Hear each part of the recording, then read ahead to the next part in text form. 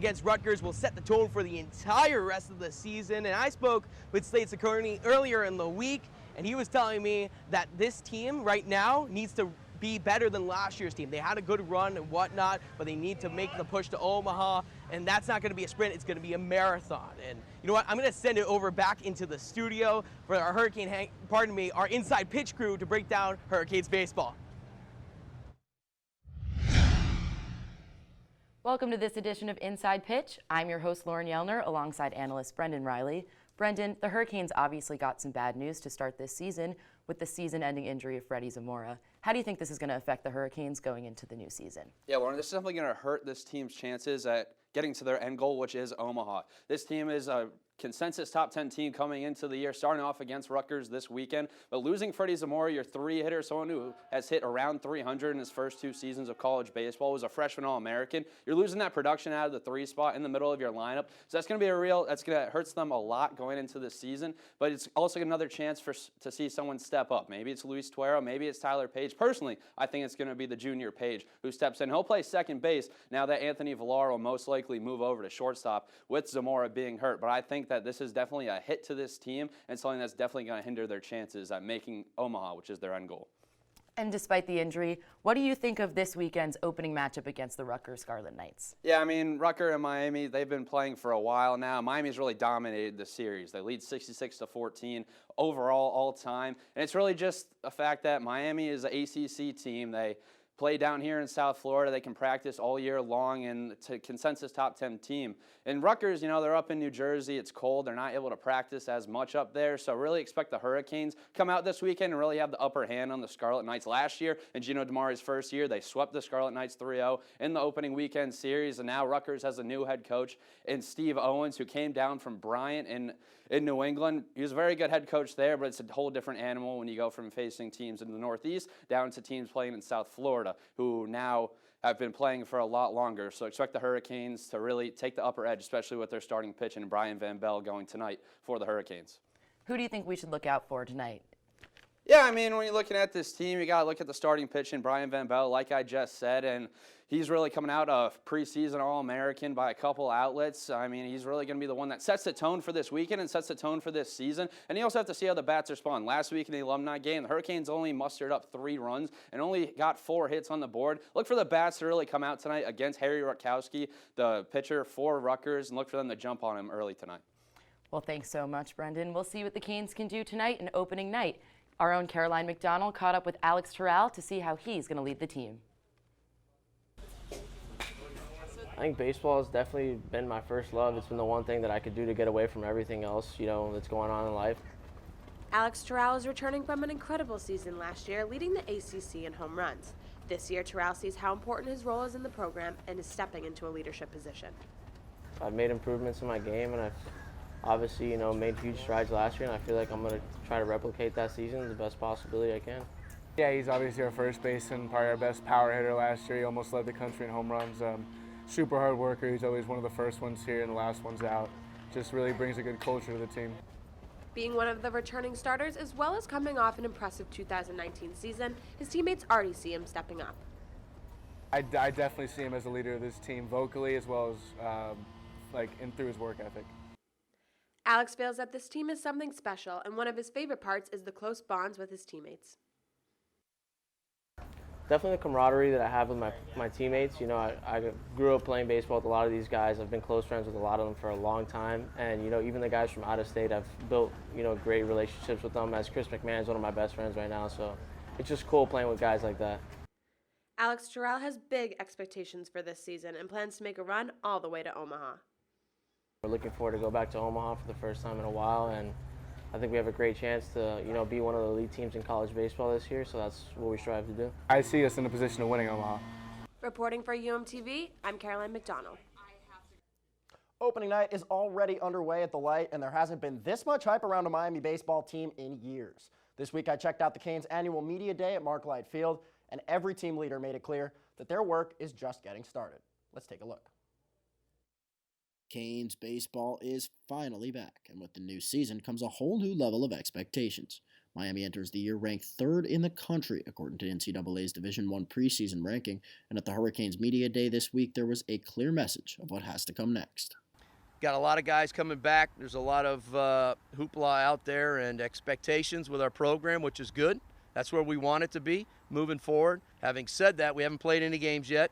It's a long season, a lot of ups and downs in baseball. Those rankings mean something because they really see that it can, we could be a good team, but we have to play, Friday night. We have to win that game. We have to keep winning games to be able to maintain our rankings. The Canes opened their season Friday against a familiar opponent, Rutgers, the same team who Miami swept to open last year. Brian Van Bell gets the opening night start with sophomore Adrian Del Castillo behind the plate, and both of them were named captains this week. It feels good to know I have the respect of my teammates and my coaches in a leadership role. And overall, I think we have a lot of leaders on this team.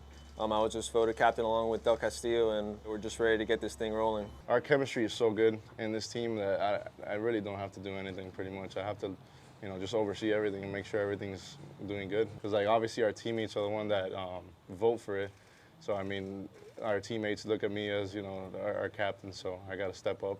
Ultimately, Miami fell just short of the College World Series last year. The expectations for 2020 are much higher. Last year I think was a good year, but certainly if you go to Miami's history, playing in a regional and not getting out of a regional is not a great thing. I feel like our players are in the right frame of mind. They believe and feel like we have the team to win a national championship, and that's Miami's goal. It always has been. All this preseason talk, it doesn't really mean much. So yeah, it feels good knowing that people respect us going into the season. But we just have to go out there and prove ourselves so that we can have those same accolades postseason, because that's when it really matters. Well, you heard it straight from Miami's coach and captains. It is time for the Canes to get going and live up to those preseason rankings, and it all starts tonight with Rutgers.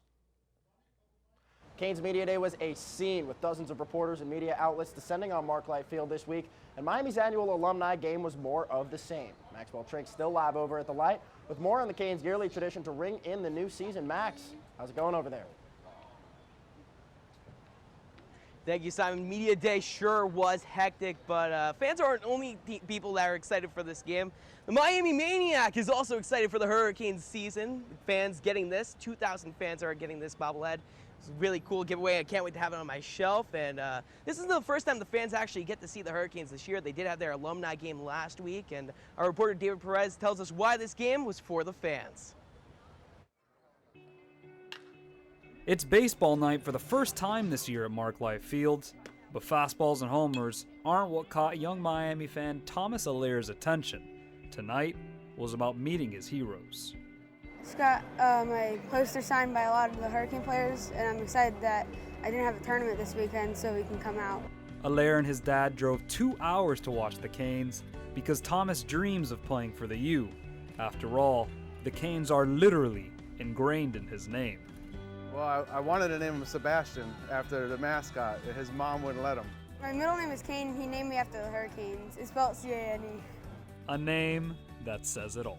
This means everything. I don't even know how to explain it. Everything I grew up loving and watching, I just pass it along to him, and he just loves every moment of it. Allaire says he gets a feeling in this ballpark unlike any other. And with today's Fan Fest and Alumni Game, that feeling of Miami tradition comes home. The tradition's incredible. I never really thought about that as a young kid playing here, that I'd be bringing my son here one day, but now it's kind of all coming full circle for me. Renee Guerra. Passing down Miami tradition through the generations. This season's opening night was about a feeling of family. And passing along the same traditions that my family and my uncles pass along with me, and when he gets older, he can bring his kids. For UMTV, I'm David Perez reporting. Thank you, David. The Allare family sure do bleed orange and green, but guys, I hear J-Ro right now. You know what? I'm going to go inside. The game's going on right now, but reporting live from Mark Light Field, I'm Maxwell Trink. Back to you guys in the studio. Hope to see you soon.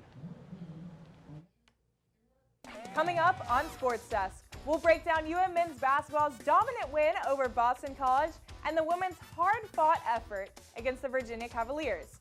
Plus, a look at both teams' remaining schedules as ACC play comes to a close. Don't go away.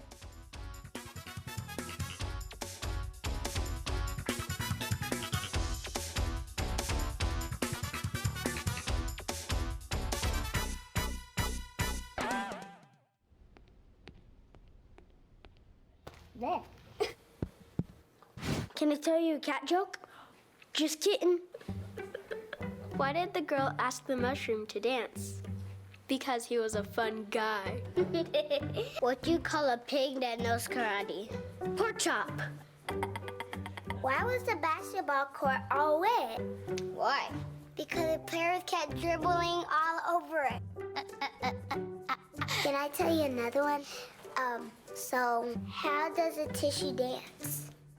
Put a little boogie on it. What's Beethoven's favorite fruit? Banana. What is a boxer's favorite drink? Fruit punch.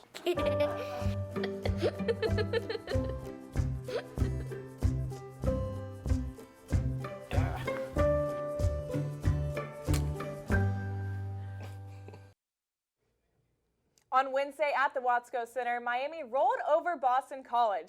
Let's check out Canes hoops in their effortless action, the other night.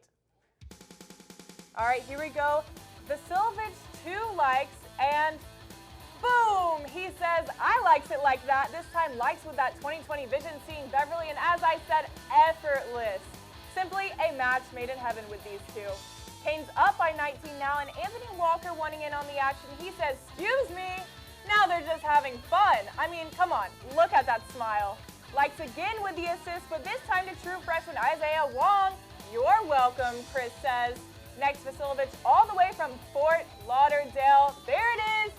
Easy money. Come on. That looks good, but Likes comes back and says, anything you can do, I can do better. Wait for it. Wait for it. And there it is. All right, 35 seconds left, and the game is almost over, but Wong is not finished yet. One more slam just for good measure. It's all smiles for the Canes men's basketball team. 2 more points, and they beat Boston College 85-58. Hurricanes men's hoops is starting to get healthy down the stretch, but it might be too little too late. And the women's squad keeps fumbling second half leads. Let's hang out with Brian, Embrick, and Michelle to find out more in this edition of Hurricane Hang Time. Guys? Hello everyone, welcome to Hurricane Hang Time. I'm your host, Brian Acevedo, and I'm here with our 2 analysts, Embrick Isles and Michelle Ing-Reyes. Now Embrick, the Canes faced Boston College the other night and finally won. How did they do it? You know, like you said, Brian, the Canes got a win against Boston College, and a couple of key things that they did to win that game were they limited the turnovers, they won the battle on the glass, and they got contributions from everyone on the roster as they've been depleted so far so much this season. Now, Embrick, the Canes had a starting lineup for the first time ever with some key players, including Chris Likes, Keith Stone, and Isaiah Wong. Is that your ideal starting lineup for the rest of the season, or is there someone else you'd like to see? Like you said, it was a little bit of a different lineup, but there's only one change that I would like to see from that starting lineup is at the center position with Keith Stone. He's a little more of a bench guy, and I would like to see Rodney Miller or Sam Wardenberg slide back into that role. They've both been playing very well when they both get healthy again. Nice. Now, Michelle, it's Valentine's Day. But unfortunately, it seems like as the Canes are going through a breakup, they just lost against Virginia Cavaliers. What happened? Well, you're right, Brian. They did lose last night against the Virginia Cavs. Besides this being their 3rd consecutive loss in a row, this is also another loss for their road games. They haven't won a single road game this season. The Canes definitely were playing strong in the first half. Every player on the court scored at least once. But then in the second half of the game, the Virginia Cavs came back a lot stronger, cleaned up their offense, made their defense stronger, and overall outscoring the Canes. Michelle, the Canes will be facing Clemson this upcoming weekend. Any predictions? What would you like to see? Well, you know, Brian, what I would like to see is a Canes win for this game. They did face Clemson earlier this season and won against them. I think that they could have another win against Clemson this weekend and also a first road win game if they just make sure that their 3-point game is really strong on point this season and also just have a strong defense. Awesome. Well, that's all the time we have here on Hurricane Hang Time. Thanks for hanging with us. Back to you guys. Thanks, guys. Switching gears to Miami football, Canes fans are hearing some good news for the 2021 recruiting class and spreading the love on Valentine's Day. Let's kick it over to Tommy Sullivan behind the post. Hello everyone, I'm Tommy Sullivan and welcome to this week's edition of Behind the Post, where we cover all things Canes happening on social media. Earlier this week, the Canes continued their success on the recruiting trail by landing a commitment from 4-star running back Thad Franklin. Coming just less than a week from the announcement of his top 12 schools, Miami gains a commitment from the best back in South Florida from the 2021 class.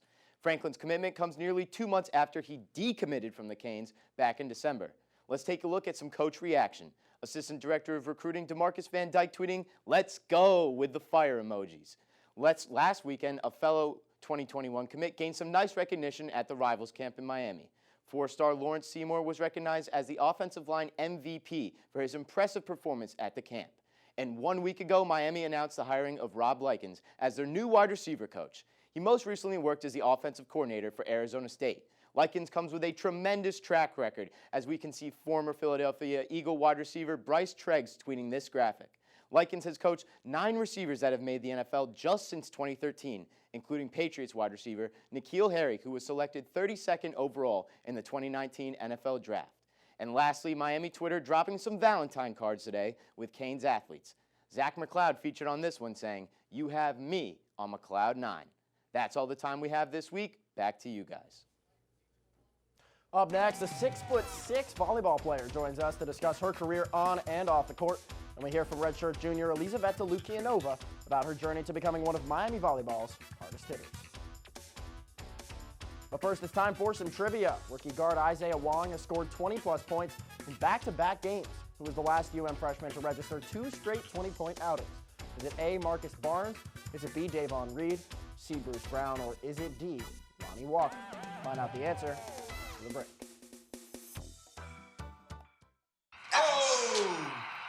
Checking your fantasy league? Nah, just my 401k statement.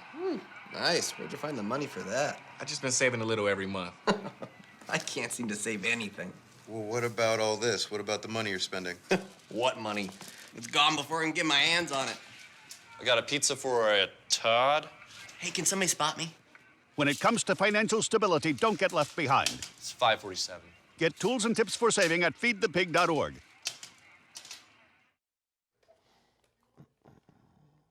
Who do you guys have winning this baseball game? Miami, duh. Easy. Rutgers, right? Are you kidding me? Oh. Rutgers can't handle the heat. Simon, there's the door. Get out.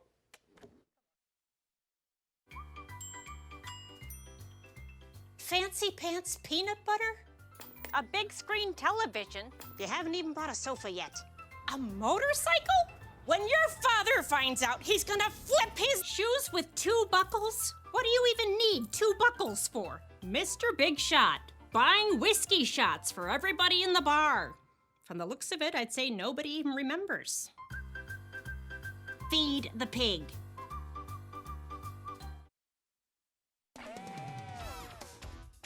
Welcome back. If you guessed A, you are correct. Marcus Barnes dropped 20 points against Providence on January 16, 2001, and followed it up the following week with 24 points against UConn. Funny enough, Isaiah Wong was born just 4 days later on January 28, 2001. This past weekend, UM honored some of its top female athletes at the celebration of women's athletics. Our very own Tommy Sullivan has the story. NCAA champion Michelle Afferly is one of UM's track and field stars. And this past Sunday, she was honored at the 6th annual celebration of women's athletics. To be honored is really, really something special, and I'm so happy to be a part of it. It's really an event that's been put on very, very nicely. The celebration recognized female athletes from each of the 9 UM programs for their excellence on the field, in the classroom, and in the community. Really something special to be a part of in general for being a University of Miami athlete, and it's special to be recognized among my teammates and among the female athletes here that compete with me. They go through the similar struggles. The event also featured 2 guest speakers who have paved the way for women's athletics. You know, really excited that Jill Ellis was able to be here, obviously coming off of her 2nd World Cup championship and having her come and celebrate with us. But, you know, even more than that, you know, Katie Meyer again is going to address the group. In previous years, the celebration of women's athletics has been held at the Watsco Center Fieldhouse. This year, it moved to the Carol Sofer Indoor Practice Facility. You know, it allowed us to grow the event. It allowed us to increase the number of people who attended, and obviously to also just celebrate in such a fantastic new facility.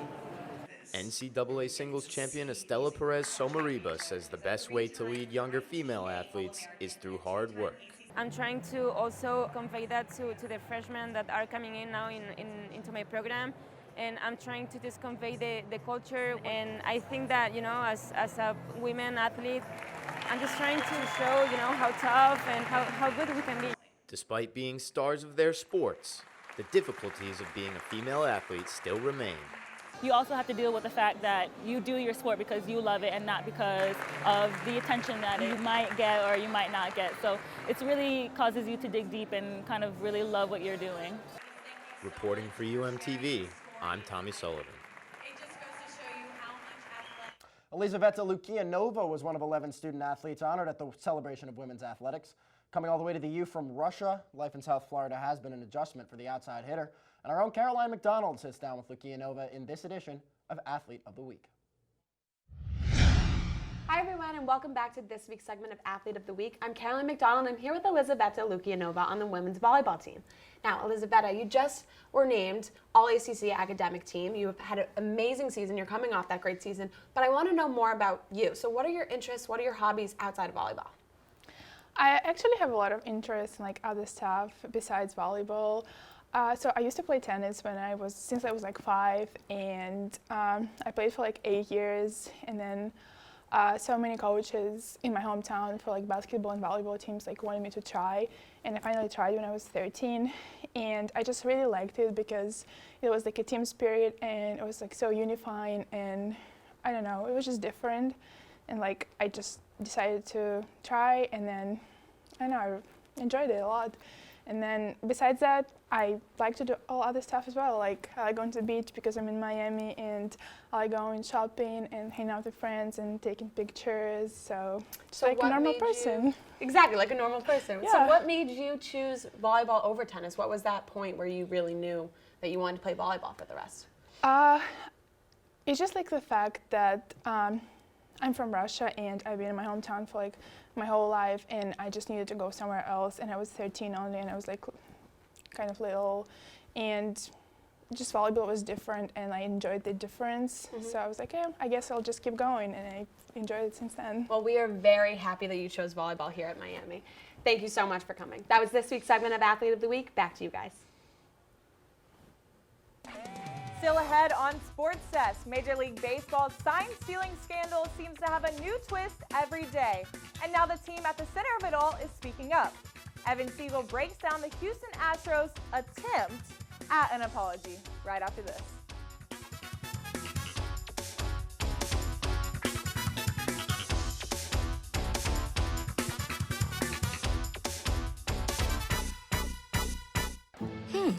Maybe you can make retirement happen. After all, you made this vacation happen. Double points with every purchase? Cleverly merging promotions. I love it. Cross-referencing travel sites. And booking all your flights with those... Vouchers. I got us bumped. They were like, oh. But now they're like... Aloha. You aced this vacation. Now get the tips you need to get on track at aceyourretirement.org. Patriotism. It inspires passionate debate, and it's worn like a badge of honor with good reason. Because it means love and devotion for one's country. But what really makes up this country of ours? It's the people. To love America is to love all Americans. This year, patriotism shouldn't just be about pride of country. It should be about love. Love beyond age, sexuality, disability, race, religion, and other labels. Because love has no labels.